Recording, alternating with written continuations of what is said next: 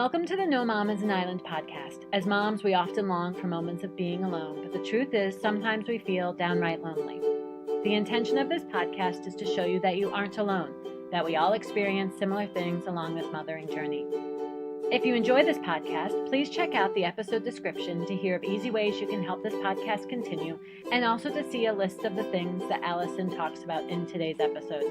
Well, multitasking masters, whatever you are doing while you listen to this podcast, we hope you enjoy hearing the story of another mom. Today we welcome Allison. Hello, Allison. How are you today? Oh, I'm good, Andrea. How are you? Good. Thank you for letting me interview you. You are someone that I've interacted with on Facebook for, I guess it's been like a couple of years now. You know my sister who lives in Pittsburgh, and she put us in connection with each other for a very specific reason a couple of years ago. And so we have become friends, even though we've never been in the same room together before. Funny how that works. It is funny how that works. So why don't you tell us about your family? Okay, well, I am a mom of 3 daughters and the wife of Andy. We have our oldest, who is 12. Her name's Isabella. She's actually 12 and a half and in 7th grade. Josie, or Josephine, is 8. No, she's 9, almost 10 in a couple weeks, and she's in 4th grade. And Lillian, who we also call Lily, is 7. She also has a birthday coming up in a couple weeks, so she'll be 8, and she's in 2nd grade. Oh, so 3 girls. Yeah, 3 girls. Full of drama in this house. I'm sure. We have 2 girls and 2 boys, and so the boys kind of cut the drama a little bit because they're like, yeah, not really interested. It tempers it a little bit. Sometimes I wish that, but I love my girls. Yeah. I wouldn't have it any other way. Right. So why don't you tell us what your parenting philosophy is? Well, I was talking with my husband about this, and I said, I don't know if I have a specific guide I follow necessarily, or we follow together. I think the biggest thing as a mom is I've tried to know what makes my kids tick, even from an early age. Right. Especially one of our kids does have some diagnoses, ADHD as well as anxiety, and she's very open about this. But she needed, from an early stage in her life, like I'm talking 1 years old, she needed a different style of parenting that didn't necessarily fit the traditional super authoritarian mold that some people really support. And from that, and having her, I just learned, I don't want to exasperate her, but yet she needs to obviously obey. But I also need to encourage her and be very patient with her, because she could not always do things perfectly. I never had the kid that you told to stay in bed once, when they start sleeping in their own bed. Okay, you get out of bed once, you get in trouble, and it never happens again. Well, that's just not her, and from flowing from that, it's not my other children either. So I think being patient and trying not to exasperate them, having good expectations for the girls, but yet being patient with their ability and being aware of what stage they're in. Like our 7-year-old, almost 8-year-old, I'm a teacher, so I've had all this training on the stages kids go through. And one, they talk about at her age is very black and white, and a sense of justice and fairness. Right. Now, of course, it's always skewed to what she thinks is fair. Right.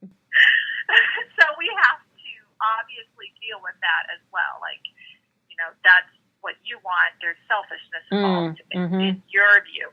But just knowing that about, okay, this is her stage, helps us be a little more patient, right, and know how to guide and shepherd her heart. And I think that is what we think of with our girls. It's being patient, trying to understand them while still expecting certain right behaviors. Right. And we're shepherding them. We're not, I can't control my kids. Right. If parenting has taught me anything, it's I can't control a darn thing. Right. So, yeah, I don't know if that's technically a philosophy. No, I think the shepherding idea that's a philosophy. So there you go. We're shepherding and trying to guide and mold them, I guess. So not with an iron fist. Right. So isn't it fascinating how 3 children from the same 2 parents living in the same exact environment can have such differences and needs as far as parenting? I find that fascinating with our children, like how different they are. And there's some similarities in certain sets of my children, yes. but they're still entirely different even within that. And it's just fascinating to me. And then, like, not only are they different in their personalities, but then you talked about the stages and how then the stages, they also like change some in the stages. So basically we're kind of in a perpetual state of I have no idea. It's sometimes how it feels, but that's just kind of parenting sometimes. And you just have to roll with it and be a constant student of figuring out your children. But I guess that's kind of what love is, right? You know, like being willing to constantly be aware and molding the way you function and interact with people. So, but I had a follow-up question for you personally. Where do you fall in your family, like your birth order in your family? What birth order are you? I'm the oldest, and my husband is the middle. Okay. So I tend to want to be very much in control and have a plan. Right. Structured. Right. Yes. And that went out the window the second our first child was born, because she has never fit a mold, and she's wonderful. But right. So that is where I fall, and I think that's why. Yeah, sometimes it's just super hard, right, and very humbling. Yes. Well, that was a curiosity for me as I was listening to you talking about altering maybe the way you went into parenting, you know, like the ideas you had going into parenting and then needing to alter them based on the needs of your child. And I find it interesting to know the birth order of the mom and the dad, because it plays a part in the way you assume parenting might go, and it's just interesting to me to hear that from people and factor that into the lessons that they've learned as parents, because I know that I'm also a firstborn, and so is my husband, and so like we like things rather structured, and some of our children work well in that and others don't at all, and just like what it means to lay aside my preference for the good of that child. And that's really hard. And it's super hard. I think that's the idea of dying to self. Right. Like, okay, what is the best for my child? And when do I also say to my child, once you have more than one, what's the best for your siblings too? Right. For the family. You might be right. This is your family unit, and you have to function together. And yes, sometimes your needs are going to outweigh everyone else's because you're sick or something's happened, but at other times we have to put aside our wants. Right. You know, I try to lead by example, but you know, I'm a fallen, sinful human being, so I don't always succeed in that. Right.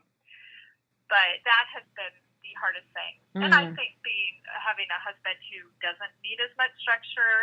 I remember I stayed home with the girls until a few years ago, and I remember on the weekends I'd want to like plan and go do stuff, and I had to know, and he didn't want to ever plan anything, and that was a real source of frustration for a while until I kind of figured things out and sort of accepted it in one sense, like it's okay. I don't need to control everything. And even with the kids, the sleep training was real big when I had our first. But you know what? She couldn't. That wasn't her. Right. That just wasn't her, and it was okay. At night, she wasn't a snacker for nursing. She turned out okay so far. Yeah. You know, I kind of regret having been so obsessed with that the first few months. I think I made myself miserable and my husband miserable. Right. So anyway. Well, I was just thinking too, you mentioned the self-sacrifice, the dying to self concept, and it's like I couldn't help but think, yeah, but I knew I would have to sacrifice my sleep and my food, meaning I'd probably share my food. I didn't know that it sometimes would need sacrificing my own personal personality or preferences. And that has been something that I have found difficult over the years. And I mean, and by over the years, I mean also yesterday and today. That's something that I sacrificed sleep and food much easier than I have sacrificed my preferences. Yes. And I think your identity as a mom. Right. It's like you're a mom, but you're still a human being. Right. And you still have interests. And it's so, I just think mothering inherently has a lot of guilt built into it. Right. And it's so hard to know, okay, I do need to die to self with preferences, but then, well, what if I do need to go have a break and go for a walk or have coffee or whatever your outlet is? Is that wrong? Or, it's just, yes. Yeah. And I do struggle with, I had to go to a soccer game this afternoon. I love watching my daughter play. It's wonderful. It brings a lot of joy. But is that really what I want to do on a gorgeous afternoon? Right. No. Absolutely not. So, yeah, for the rest of our lives, I figure this is just a wonderful lesson, but it is hard. Yeah. But it's nice to know you still struggle with it, too. Yeah. Because I think you're a little further along in the parenting journey yes. than I am. Yes. So that is encouraging. Yeah. All right. So what would you say has been your favorite thing to teach your children or watch them learn? Oh, okay. So I was trying to figure that out. I think my oldest, Isabel, super, super musical. She has the voice I wish I had. And she also plays the clarinet. And she, from a very young age, always was singing. And I think just watching her develop musically has been such a thrill, to be honest. She's had, not trying to brag here. I mean, she's had solos at school, and then when she started playing the clarinet, I like classical music and other music too, but she would listen to a classical song I'd have on, and she'd go get on her clarinet and she'd start to play it until she figured it out. Right. Yeah, so that is totally not me. I'm not musical in the least. So that's been super thrilling to watch her have that. For our middle daughter, Josie, she loves to cook. And so that's been like our special time. And I do think middle children do kind of get lost in a shuffle. And I really try intentionally to not let that happen. Yeah. Josie loves to help me cook, or I've even let her do some things on her own with me, trying not to hover, but obviously I'm still in the kitchen because she's only 9.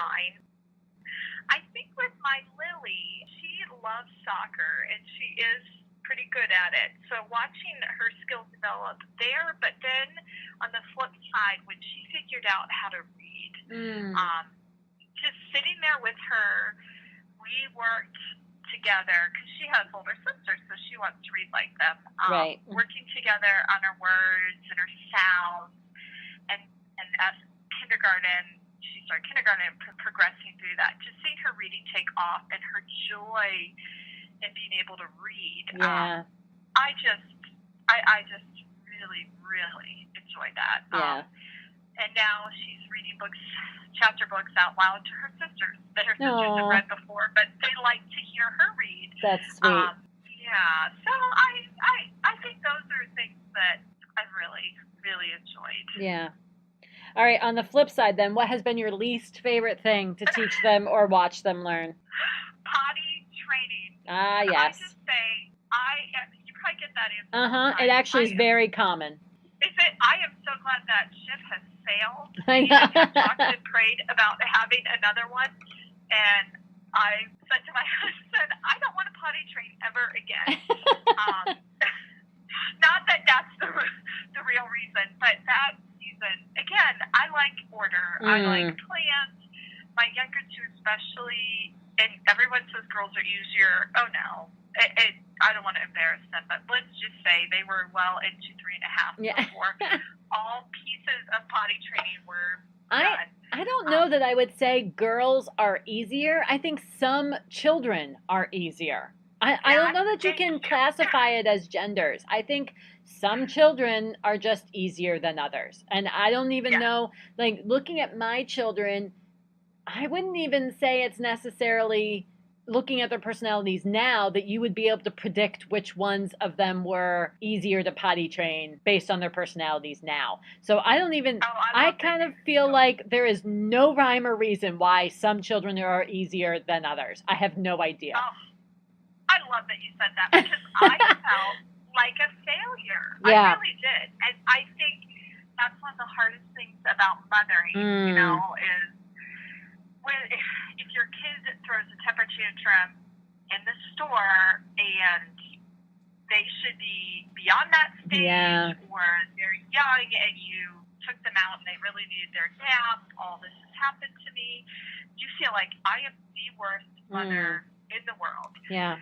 And when they have successes, it's look what they did, look how great they are. Or if they're well behaved, no one really notices, right? And I think that's what made potty training, among other things with parenting, hard. Oh, and the other one I'll put out there that I didn't like is teaching them to ride a bike. Because my back always hurts. Yeah. And I just wanted them to pedal. Yes. And I would feel like a failure because I get annoyed inside. It's like, is this over yet? Yes, exactly. Like, I know you're scared, but you can do it. Yeah. I need you to be able to do it. Exactly. So I had a guest recently, you mentioned about the feeling of failure. A guest of mine recently, in giving her advice to other moms, said, there's a proverb, and now I can't remember where it is in Proverbs, but that a wise man, I'm going to really mess this up, but I'm going to give you the gist, not a quote. Yeah, the wise man falls 7 times and gets up each time, or something like that, meaning like, you know, like the wise man fails, but doesn't stay in failure. And I thought, wow. And I was like, I didn't necessarily think about applying that to parenting or to mothering, but how applicable it is to parenting or mothering, that, you know, like, we're not always successful. We're not always good at it. But the point is that, you know, you don't stay in the place of having messed up. You get up again and you keep going. And I was like, yeah, that's a really good descriptor of parenting. It is. And that is beautiful. Yeah. I'm glad you said that to me. Yeah. So you'll have to. I feel like I fail every day. Yeah, I know. In parenting, and not necessarily in big ways. Right. Right. Just in small ways. Small ways, with my tone right, or whatever it could be. So you'll have to look up the verse and get the actual verse instead of my very poor paraphrase. But I like the paraphrase too, but Thanks. I won't find it tonight. All right. What has been a high moment for you in parenting? Okay, so again, I was talking with my husband, and we both agreed it is so much easier to think of the love. Yes, it is. And this was a hard one. I think overall, when I see, especially one of our girls, tends to be the more caring of the 3. Yes. But I think when that daughter in particular just showed just such patience, love, and care, especially to her sisters who don't always deserve it. Right. Because of the way they're acting. Right. I should put that out there. Right. I am just so humbled to see that, okay, she's internalizing this. And it is, the Lord is at work in her heart. And then even in the other ones, you know, it's usually when I'm tucking them into bed at night that we'll talk. And because I work now and I get up at 5 every morning, I'm usually like, all right, go to bed because I want a half hour by myself. And then I'm going to go to bed. But when they share and talk and I hear them processing events from the day or questions that they have, and here they are as we're Christians processing it through even like the lens of faith or speaking hope in the midst of trials, that those are the high moments for me because, I don't want my children to be paupers and live in poverty, but ultimately I want nothing more than them to love Christ and to lead godly lives. Yes. And, in that is, are you kind and generous to others? Are you compassionate? Right. Are you patient and gentle, self-controlled? And I think those are my high moments when I catch those glimpses in the girls. And again, I don't believe that's anything I do. I really think it's the Holy Spirit at work in their hearts. Definitely. And obviously, my husband and I walked in obedience, trying to teach the girls despite our failing. Right. And having devotions with them. And when we fail, because I do fail, and I do actually have to ask the girls for forgiveness. Right. And we've been through some very, very difficult times as a family that, I was essentially a single mom for quite a few years because of the chronic illness that my husband had. And so I failed. I was emotionally just a hot mess. Right. And to know that the girls, even they were little, eyes of my 4-year-old and say, Mommy was wrong. She yelled and she shouldn't have. And to see that forgiveness in your children. Yeah. It's humbling. Mind-blowing. Yeah. It is so humbling. But again, I think that is humbly leading by example. Yeah.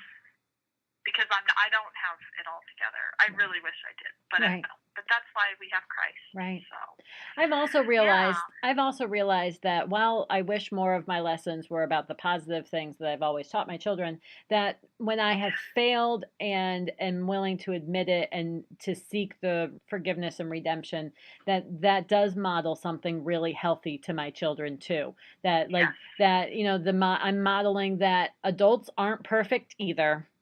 And that we all need to humbly come to the person and seek the forgiveness and the reconciliation rather than setting up this like false expectation that at some point in life they will arrive at perfection, which they aren't. Exactly. And I'm not. And so I have realized that even in my weakness and my failings that I'm still modeling behavior that they need to see.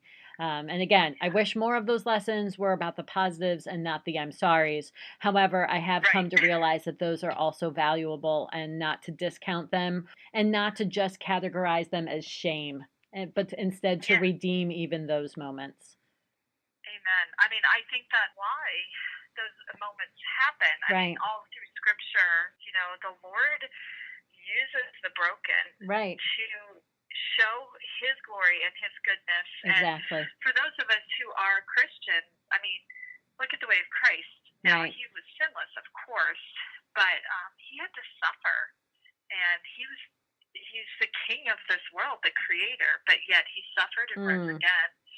And I think acknowledging that with our children is very, very powerful. And I know having now a middle schooler, that started in 6th grade, but the way she's processing things and what we're talking about, and I'm a high school teacher, so we're getting into territory I'm a little more just naturally comfortable with. Right. But just saying, mom struggles with some of those same feelings. And I even have people I'm around that might be difficult. And or I get why you'd rather sleep in than go to church. I'm tired too. But we, this is what we do and here's why. And she almost doesn't know what to do with that level of honesty sometimes. I just pray that the Lord knows it. Again, I'm not her friend. She knows that. I want to make that clear. But it's trying to be a servant leader. Right. Ultimately. And deeply connected. Exactly. Oh, I like that. Yeah, because it's different than friendship, but it has a similarity in that there's a deep connection. So. Yes. Oh, I love that. Thank you. You're welcome. All right. So on the other side, the one that's easy to come up with, what has been a low moment in parenting for you? I just think back. Oh, I didn't know I'd get choked up. I just think back to some of the times when my husband was at his sickest, and I had, probably 1, 3, and 4.5, 5-year-old. Yeah. And just being very alone. Right. For a whole host of reasons. And I just know I was not the patient, loving mom I needed to be for the girls, because our world was spinning out of control. Right. And there was literally nothing I could do. That was really hard, and it took a lot of years to kind of be healing as a family from all the illness entailed. And I do at times reflect on some of the things our oldest talks, the way she handles adversity at times with an emotional response. And I know some of that, she's a girl and all that. But this gets back to the mom guilt, did I do something wrong when I lost my temper, or I wasn't as patient, or whatever happened? And even in that too, I know I wasn't emotionally there all the way for the girls, because I was broken too, beyond belief. But I think you can also look at it. I mean, you have two choices in that, and you can go the shame route, like I wasn't emotionally there, and so it's my fault. You can choose that route, or you can choose, again, the deeply connected route. I know what it feels like to feel broken, and let me walk with you through the feeling of feeling broken, and and just like talk her through things and help her to see the truth of the love of Jesus in the midst of it, and in a way that where you show her that you identify with how she's feeling. Yeah, and what's beautiful, even from all of this, is just she remembers a lot of what happened over that about 5-year period. And now I got better after some of the initial year or two. But we openly talk about anything. Right. Anytime the kids have questions, we talk about it. And it's been beautiful. But, it's hard to say, well, Mom doesn't always remember what was happening when you were 2. Right. And some of that's just because our family was under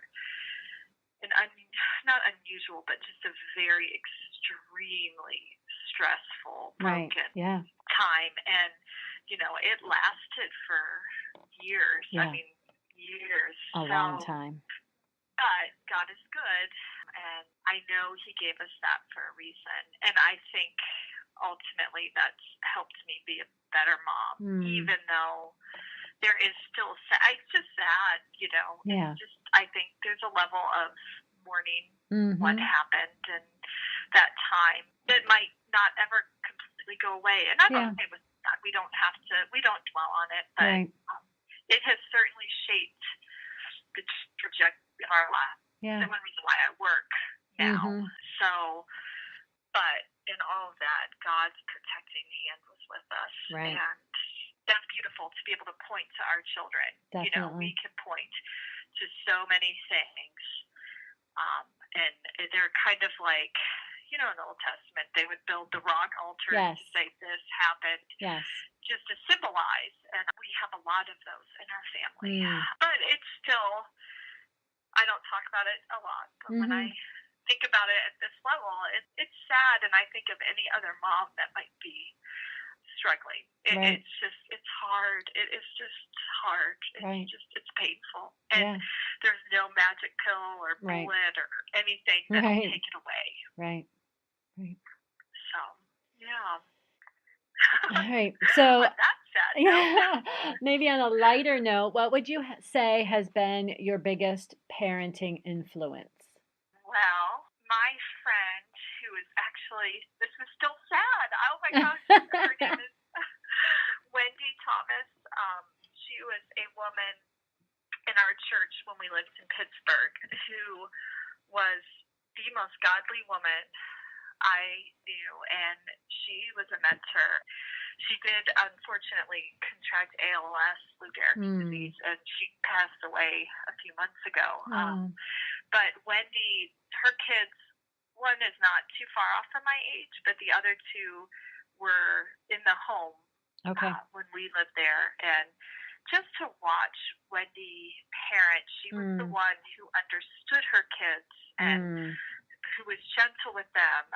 And she had, her kids are in public school, mine go to public school. And just to see how she loved her children and served them, but the way she guided them and the way she loved them and loved her husband, she really, quite honestly, I think of her every day. And I am so grateful that I got to be a part of her life and that she shared so much with me and my other friends in Pittsburgh. She is a wonderful, wonderful woman who really taught me how to parent just by watching and asking her questions. So it's not a book, it's not a famous person, a godly, wonderful woman.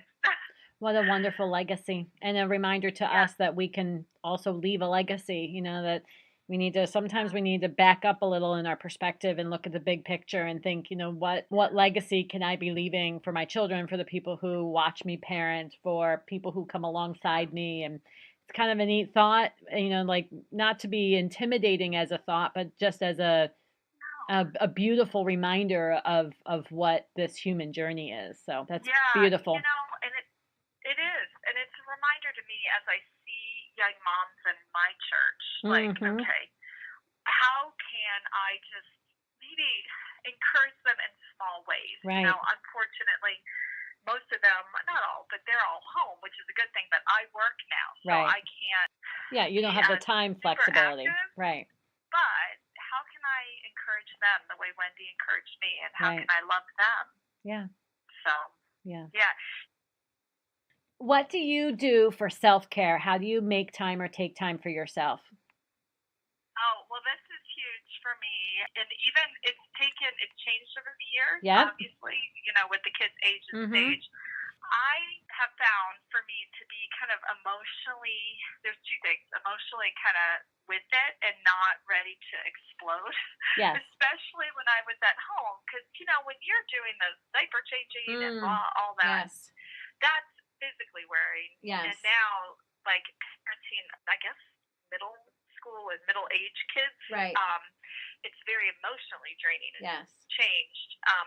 I have always exercised. And vanity does play a part. I'm not going to lie. I mean, I don't want to, completely lose my figure as I get older. But honestly, that has always been an outlet for me. When the kids were really little, I did stuff at home. And then eventually I went to the Y where there's child watch. And I've always done that. And now that my kids are older, I don't know, 5 years now, I run all the time. Okay. And that's my biggest thing, running for me. And it's not for everyone, but I'm alone. No one can bother me. I mean, the kids sometimes call me on the phone just to see when I'm going to get back. But I never leave them on my long runs, which, we're talking 12 miles. Those take, I don't leave them home alone. Right. I do that on the weekend. But that's huge just because it makes me feel like I'm doing something to really take care of myself. Not like, oh, I'm going to eat right and control myself that way. Like, this is exercising is just such a physical and emotional release. I think it's very important. And the other thing I do is I'm always reading. Even if I am so tired I can hardly keep my eyes open, I'll read for 5 minutes a night. Because the other flip side of that is that's an escape from reality. Right. And I think that's really, really important. Yeah. I think, watching TV, some people that's for them, but that's very graphic. Right. And I can't do that now. A lot of the stuff gives me bad dreams. But reading is still an escape, but it's using your mind. And I think, especially for the moms that are home full time, you're not using your mind the way you used to. Right. And I remember being frustrated with that. So those are my two self-care those are good things. So do you have a favorite parenting book? So I know probably most of the time it's like a fiction, something that's like an escape, but do you have a favorite parenting book? Well, I'm kind of, this is going to sound awful, I'm kind of anti-parenting books. Oh. I know. People are gonna hate me. No. Because You completely can own that. Just tell us why. I'll tell you why. Because I've read some, and there's usually not all of them. They're very black and white. And I have a child who doesn't fit the traditional mold of anything. Mm-hmm. And all the parenting books did, and I know it's not the author's intent. That's fine. Made me feel rotten. And my husband was fully supportive. He's like, don't read any of them. Allison, honestly, you know what that means. What? You need to write the book for the parents that have the out of the box child that all the other parenting books just make them feel wretched about their parenting or their experience. You need to write the one for them. I'm going to be watching for it. Maybe someday. I'll edit it. Let me see how this one turns out. Okay. I'll let you know. I'll edit it for you if you want. You send that my way. Okay. Actually, I'll do it. Sounds good. Okay. I was going to tell you, Colossians chapter 3. I was like, if I have lived anywhere, it has been there through our parenting journey. Just because it's about having the mind of Christ. Setting your mind on things above. But while you're here on earth, you're putting off. Paul's so explicit about what we put off, and his descriptions are beautiful. And it's not just putting off, it's putting on Christ. Right. What practically does that look like? And it reminds me, I'm not doing this in my own strength at all. I'm doing this through Christ. Right. So that's my parenting book. I think that's a good one. Hey. I think you get the extra star because you picked a book of the Bible as your parenting book. There you go. So all the hate emails, oh well. No, I'm just kidding. They just didn't work for me. No, so, that makes a lot of sense. There you go. Okay. So what would you give as a word of encouragement to other moms out there, or a piece of advice to somebody who's weary in their mothering? Yeah. Oh, well, you're not alone. You are not alone. And I remember in the early days, meaning the early years, feeling completely alone. Right. And feeling guilty that I felt tired. Yes. It was like, well, shouldn't I feel awesome? Right. Like, I'm raising my children. Right. But you're not alone. Yeah. And I still struggle with that weariness. Sometimes I feel like, shouldn't we be beyond this one issue? But I think that you are not alone. And I love Proverbs 3. And not just, is it okay if I read a section of verses? Yes. Okay, so I'm going to read 3:5 to 8. Okay. And this is what I mean for you are not alone. Trust in the Lord with all your heart and do not lean on your own understanding. In all your ways, acknowledge him and he will make straight your paths. Most people stop there. Right. But I feel like for moms, we need to remember this. Be not wise in your own eyes. Fear the Lord. Turn away from evil. It will be healing to your flesh and refreshment to your bones.